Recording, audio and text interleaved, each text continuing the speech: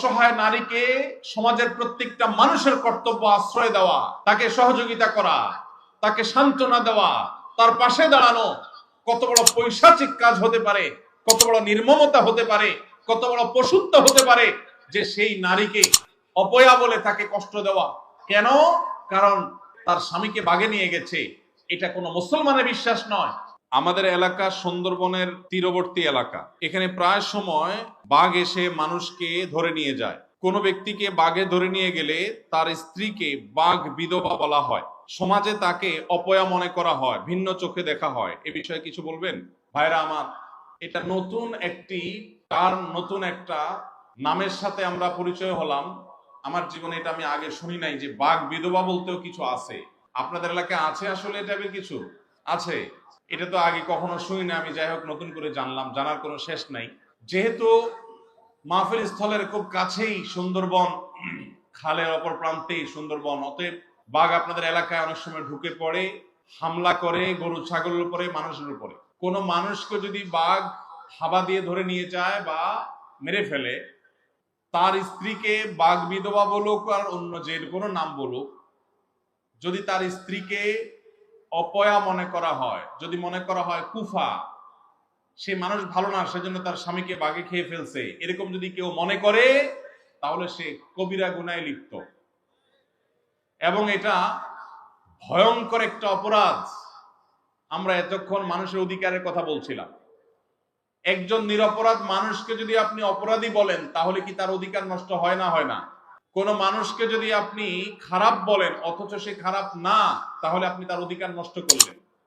আপনার এই অপরাধ হাজার হাজার তাসবিহ তাহলিল করলেও, লক্ষ লক্ষ বার সুবহানাল্লাহ আলহামদুলিল্লাহ বললেও এই অপরাধ মোচন হবে না, এই পাপ মোচন হবে না, যতদিন পর্যন্ত যাকে কষ্ট দিয়েছেন, যার প্রতি জুলুম করেছেন, তিনি মাফ না করবেন।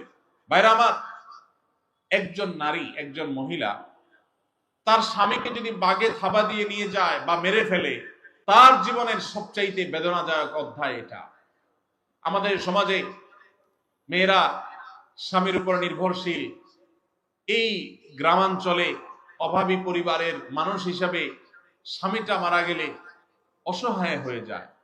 এই অসহায় নারীকে সমাজের প্রত্যেকটা মানুষের কর্তব্য আশ্রয় দেওয়া, তাকে সহযোগিতা করা, তাকে সান্ত্বনা দেওয়া, তার পাশে দাঁড়ানো কত বড় পৈশাচিক কাজ হতে পারে, কত বড় নির্মমতা হতে পারে, কত বড় পশুত্ব হতে পারে যে সেই নারীকে অপয়া বলে তাকে কষ্ট দেওয়া, তার সাথে মেলামেশা না করা, উঠা বসা না করা, জলসল না করা, তাকে দূর দূর করে ঠেলে দেওয়া।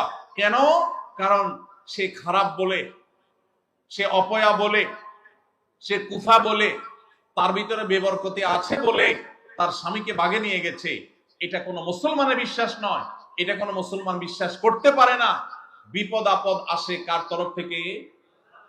মনে রাখবেন, নবী করিম সাল্লাল্লাহু আলাইহি সাল্লাম বলেছেন, আশাদ্দুন নাসে বালাআন আল আম্বিয়া সুম্মাল আমসালু ফাল আমসাল। জীবনে সবচেয়ে বেশি বিপদ এসেছে কাদের জীবনে? নবী রাসূলদের জীবনে। নবী রাসূলদের জীবনে যত বিপদ এসেছে, এত বিপদ কোনোদিন কারোর জীবনে আসে নাই, আসবেও না। যার জীবনে যত বিপদ আসে, সে আল্লাহর প্রিয় পাত্র হওয়ার আলামত যদি সে ঈমানদার হয়, নেক আমলকারী হয়। কারণ নবী করিম সাল্লাল্লাহু আলাইহি ওয়াসাল্লামের আরেকটি হাদিস আছে, সুনান তিরমিজিতে বর্ণিত হয়েছে, তিনি বলেছেন, ইন্নাল্লাহা ইযা আহাব্বা কওমান ইবতালাহুম। আল্লাহ কাউকে ভালোবাসলে বোঝার উপায় কি? যাকে ভালোবাসে তাকে পরীক্ষা নেয়। আপনারা এই অঞ্চলের মানুষ, আমি জানি নানান পরীক্ষার মধ্য দিয়ে আপনাদের জীবন পার করতে হয়, নানান কষ্ট আপনাদেরকে সহ্য করতে হয়। একদিকে যেমন বাঘের থাবা, আরেক দিকে মানুষের থাবা, নানামুখী জুলুমের শিকার আপনাদের হতে হয়েছে, আমি জানি। এই হাদিস আমাদের জন্য সান্ত্বনা। নবীজি বলেছেন, ইন্নাল্লাহা ইযা আহাব্বা কওমান ইবতালাহুম। আল্লাহ যখন কোন সম্প্রদায়ের মানুষকে, কোন এলাকার মানুষকে, কোন জাতিকে আল্লাহ যখন ভালোবাসেন, তখন তাদেরকে পরীক্ষায় ফেলেন। এই পরীক্ষায় তারা উত্তীর্ণ হতে পারে কিনা, এটাই তাদের জন্য বড় চ্যালেঞ্জের বিষয়।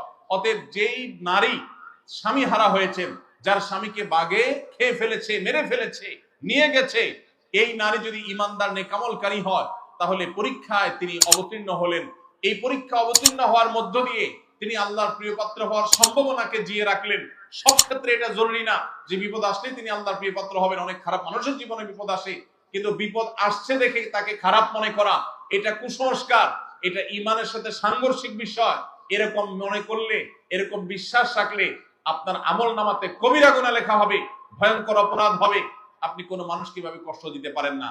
ভাইরা আমার, আপনারা যারা এই এলাকার মানুষ আছেন, আপনাদের কাছে আমি আজ উদাত্ত আহ্বান রাখতে চাই, এই তথাকথিত বাঘ বিধবাদেরকে আপনারা কখনো অপয়া মনে করবেন না, কখনো তাদেরকে দূরে ঠেকবেন না, তাদেরকে দূর দূর করবেন না। চেষ্টা করবেন তো ইনশাআল্লাহ। এই নারীদেরকে সম্ভব হলে সান্ত্বনা দিবেন, সম্ভব হলে তাদেরকে আশ্রয় দিবেন, তাদেরকে আপন করে নেবেন, তাদেরকে বুঝাবেন আমাদের সমাজে শুধুমাত্র এই বাঘ বিধবাই নয়, অনেক নারীরা আছে যারা তাদের স্বামী কোনোভাবে মারা গেলে মনে করা হয় এই মহিলা ভালো মানুষ না, কেন তার স্বামী মারা গেল। কোন স্বামী মারা যাওয়ার সাথে কোনো মহিলা ভালো বা খারাপ মানুষের কোনো সম্পর্ক নাই। ভালো মানুষের জীবনে বিপদ আসে না, বরং আরো বেশি আসে। অতএব এই কারণে যে কুসংস্কার সমাজে আছে, এটা আমাদের দূর করতে হবে। আল্লাহ আমাদেরকে তৌফিক দান করুন।